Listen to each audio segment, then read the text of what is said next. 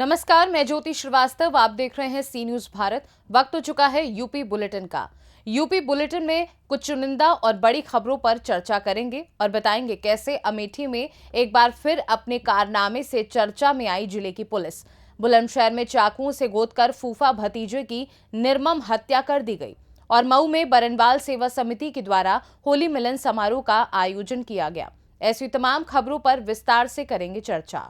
खबर अमेठी से है, जहां चौराहे पर अपने बच्चे के लिए दूध लेने गए युवक को सिपाही रमाकांत और उनके साथियों ने पकड़कर हाथ में तमंचा पकड़ाकर फर्जी गिरफ्तारी दिखाने की कोशिश की। सिपाही द्वारा दी गई धमकी, तमंचा पकड़ लो वरना नशीले पदार्थ में कर दिए जाओगे अंदर। वहीं इसके बाद युवक पर मौके पर ही अपनी बाइक, चप्पल इत्यादि छोड़कर जान बचाते हुए भागा। पुलिस द्वारा पकड़ने की कोशिश में युवक का टी शर्ट पुलिस के हाथ में आया तो युवक की टी शर्ट उतार कर भी मौके से भाग लिया। युवक ने ये वीडियो बनाकर सोशल मीडिया पर वायरल किया। बता दें, युवक ने बताया कि मैंने कोई अपराध नहीं किया है, बावजूद इसके मुझे पुलिस ने विशेष रूप से रमाकांत सिपाही के द्वारा फर्जी तरीके से फंसाने की कोशिश की जा रही है और गलत तरीके से फंसाया जा रहा है और मेरे ऊपर मुकदमा लगाया गया है तो मैं आत्महत्या कर लूँगा, जिसके जिम्मेदार रमाकांत सिपाही होंगे। वहीं कल शाम दयानंद स्कूल के सामने की ये घटना बताई जा रही है। पीड़ित अनुराग राणा जामू थाना क्षेत्र अंतर्गत खुन्ना का ताल मजरे रामपुर चौधरी गांव का रहने वाला बताया गया है। पुलिस के लिए ये कोई नया कार्य नहीं है। अमेठी पुलिस के ऊपर पहले भी इस तरह के कई आरोप लग चुके हैं। मैं अनुराग राणा, निवासी खुन्ना का ताल रामपुर चौधरी। मैं अपने कमरे से जामू चौराहे पर अपने बच्चे के लिए दूध लाने जा रहा था, जिसमें रमाकांत सिपाही द्वारा मुझे जबरन रोका गया। उसके बाद मेरे हाथ में कट्टा देने लगे। मैं कट्टा नहीं लिया तो उसके बाद रमाकांत सिपाही पीछे से बोले कि अगर कट्टा नहीं लोगे तो इसमें क्या गाने में तुम्हें जेल भेजेंगे। फर्जी रूप से मुझे फंसाया जा रहा है।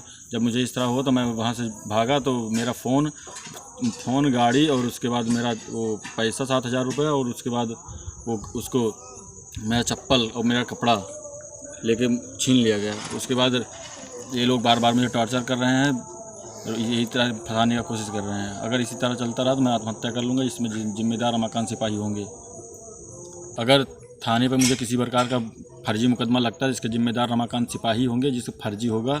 और मैं किसी प्रकार का अपराध नहीं किया हूँ। मैं अपने बच्चे के लिए केवल दूध लाने चौराहे पर जा रहा था बस, और कोई बात नहीं थी, कोई घटना नहीं था। मैं दयानंद स्कूल के सामने की घटना है और इसके बाद इसकी सही से जांच होनी चाहिए, इसको पूछताछ होनी चाहिए। मुझे भरे चौराहे पर बेइज्जत किया गया रमाकांत सिपाही द्वारा। इनके साथ 2-3 सिपाही और थे। अमेठी से सी न्यूज संवाददाता आशुतोष शुक्ला की रिपोर्ट।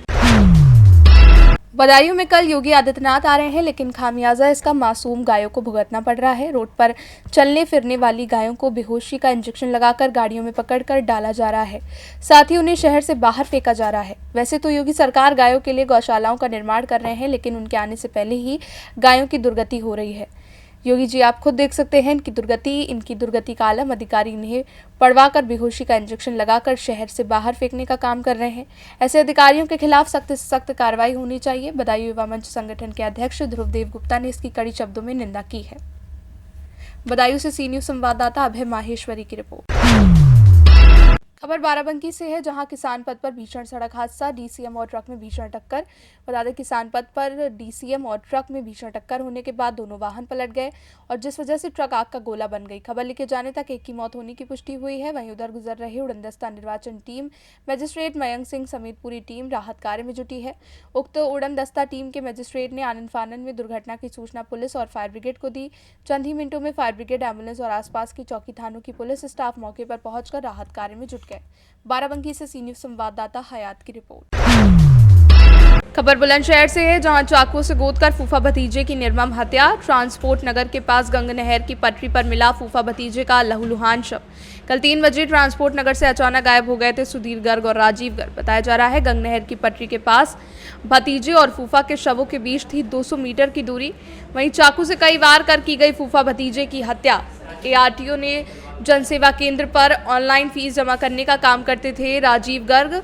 एसएसपी समेत तमाम आला अफसर मौके पर पहुंचे और शवों को पोस्टमार्टम के लिए भिजवाया। बता दें, परिजनों का आरोप है कि बुलंदशहर कोतवाली देहात पुलिस ने खोजबीन में लापरवाही बरती है। बुलंदशहर कोतवाली देहात क्षेत्र के ट्रांसपोर्ट नगर स्थित गंग नहर की पटरी का मामला।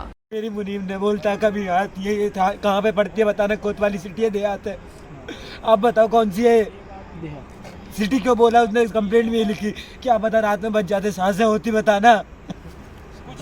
ये थाना कोतवाली देहात क्षेत्र में अडौली नहर पड़ती है, उसके पास दो व्यक्तियों का शव मिला है। ये आपस में रिश्तेदार हैं और एक दूसरे के फूफा लगते हैं और इनमें से एक व्यक्ति एक जनसुविधा केंद्र चलाते हैं और परिवार द्वारा ये बताया गया कि उस जनसुविधा केंद्र से ये लोग गए थे और किसी एक व्यक्ति का कुछ काम था जो कि जिससे संबंधित दस्तावेज इत्यादि देने उस व्यक्ति को गए थे और वहीं इनके दुकान पे काम कर रहे एक व्यक्ति द्वारा इनको स्कूटी से छोड़ा गया था और उसके बाद फिर ये घर नहीं लौटे। आज उनका शव मिला है नहर के पास और शरीर पर कुछ चोट के निशान हैं जो संभवतः मृत्यु कारक चोट है। बॉडी को पोस्टमार्टम के लिए भेज दिया गया है और परिवार से तहरीर प्राप्त करके मुकदमा पंजीकृत कराया जा रहा है। जो परिवार द्वारा तथ्य बताए गए हैं और उनके आधार पर हमारी टीमें इस घटना के अनावरण पर लग गई हैं और इसमें 2-3 संदिग्ध जो लोग हैं उन सभी को पूछताछ के लिए थाने पर लाया गया है। शीघ्र इस घटना का अनावरण सुनिश्चित किया जाएगा। बुलंदशहर से सी न्यूज़ संवाददाता अदनान इबाद की रिपोर्ट। खबर मऊ से है, जहां जनपद के मोहम्मदाबाद गोहना नगर पंचायत स्थित राजगद्दी के मैदान के पास एक धर्मशाला में बरनवाल सेवा समिति के अध्यक्ष राजेश बरनवाल द्वारा होली मिलन समारोह का आयोजन हुआ। समारोह में बरनवाल सेवा समिति के लोगों ने बढ़ चढ़कर हिस्सा लिया और अपने समाज में कुल देवता के चित्र पर पुष्प अर्पित कर दीप जलाकर उन्हें याद किया। साथ ही उनके द्वारा बताए गए हुए रास्ते पर चलते हुए आगे बढ़ने का संकल्प लिया। होली मिलन समारोह में तहसील क्षेत्र के विभिन्न बाजारों और गांव से आए बरनवाल समाज के लोगों ने नाचते गाते हुए अबीर लगाई। सभी बरनवाल समाज के पुरुष और महिलाएं एक साथ डीजे पर होली के गीत की धुन पर नाचते गाते दिखे। होली मिलन समारोह में बरनवाल समाज की महिलाएं, पुरुष और लड़कियों ने भी बढ़ चढ़कर भाग लिया और एक दूसरे को होली की बधाई दी। साथ ही साथ दूसरे के साथ प्रेम और सद्भावना के साथ रहने और दूसरों के दुख को दूर करने की कस्में खाई। इस मौके पर अभिषेक बरनवाल, अभिजीत, अनिल कुमार, कन्हैया बरनवाल, नीलम बरनवाल, महक बरनवाल, राजेश कुमार बरनवाल, विनोद कुमार बरनवाल, संतोष कुमार बरनवाल, अरुण कुमार बरनवाल, विपिन बरनवाल, अमित बरनवाल, शिवानंद बरनवाल, कन्हैया बरनवाल, कृष्ण मुरारी बरनवाल, आशीष बरनवाल, अनिल बरनवाल, अंकित बरनवाल और सैकड़ों बरनवाल समाज के लोग मौजूद रहे। मऊ से सी न्यूज़ संवाददाता प्रमोद विश्वकर्मा की रिपोर्ट। खबर प्रतापगढ़ से है, जहां पट्टी तहसील के अंतर्गत खागल रामपुर में एक गरीब असहाय महिला जिसका पैर टूटा हुआ है और डिलीवरी होना है। मनोज और पूनम अपना जीवन यापन बड़ी समस्याओं के साथ करना पड़ता है। इसकी जानकारी युवा एंटी करप्शन ऑर्गेनाइजेशन के राष्ट्रीय अध्यक्ष राहुल कुमार व जिला अध्यक्ष पवन कुमार त्रिगुणायक को हुई। उन्होंने तत्काल पीड़ित महिला से संपर्क किया और एम्बुलेंस की मदद से पट्टी लाया गया, जहां उसने एक बेटे को जन्म दिया। कुछ समय बाद ये पता चला कि बेटा अब इस दुनिया में नहीं है। इसकी जानकारी जब पूनम को हुई तो वो रोने और चीखने चिल्लाने लगी, जिससे सभी की आंखें नम हो गई। सबसे बड़ी बात यह है कि मनोज कुमार और पूनम देवी, जिनका आज तक भारतीय नागरिक होने का कोई भी आईडी नहीं है और ना ही ये दोनों किसी तरह का सरकारी लाभ इन लोगों को मिल पाता है। युवा एंटी करप्शन राष्ट्रीय अध्यक्ष और जिलाध्यक्ष ने आश्वासन दिया कि इन महिला को पूरी मदद दी जाएगी और आपको सरकार से जो भी लाभ मिलता है वो लाभ भी उन्हें दिलवाने की कोशिश की जाएगी। साथ ही दूसरे दिन युवा एंटी करप्शन के पदाधिकारी द्वारा पीड़ित महिला के घर जाकर उसे खाने पीने का राशन और दवा दिलाने का काम किया, जिसमें खागल रामपुर में एक चर्चा का विषय बना हुआ है। और युवा एंटी करप्शन के राष्ट्रीय अध्यक्ष, साथ ही जिलाध्यक्ष और अन्य सदस्य गण की जितनी प्रशंसा की जाए उतना कम है। काश आपके जैसे 1-2 भाई और प्रतापगढ़ जिले में होते तो निश्चित जिले की तकदीर और तस्वीर दोनों ही बदल जाती। बिना किसी नेता मंत्री के, बिना किसी प्रकार की चमचागिरी के हर काम सरलता से हो जाता। लेकिन ये ध्यान दे रखें, हमारा उद्देश्य गरीब असहाय लोगों की मदद करना, साथ ही भ्रष्टाचार से संबंधित सूचना मिलने पर विभागों के अधिकारी को अवगत करा देना है, ताकि मानवता के रूप में कार्य चलता रहे। प्रतापगढ़ से सी न्यूज़ संवाददाता हौसला प्रसाद की रिपोर्ट। ये तो थी यूपी बुलेटिन की कुछ खास खबरें। अब वक्त है एक छोटे से ब्रेक का। ब्रेक के उस पार हम आपको और भी तमाम बड़ी खबरों से करवाएंगे रूबरू।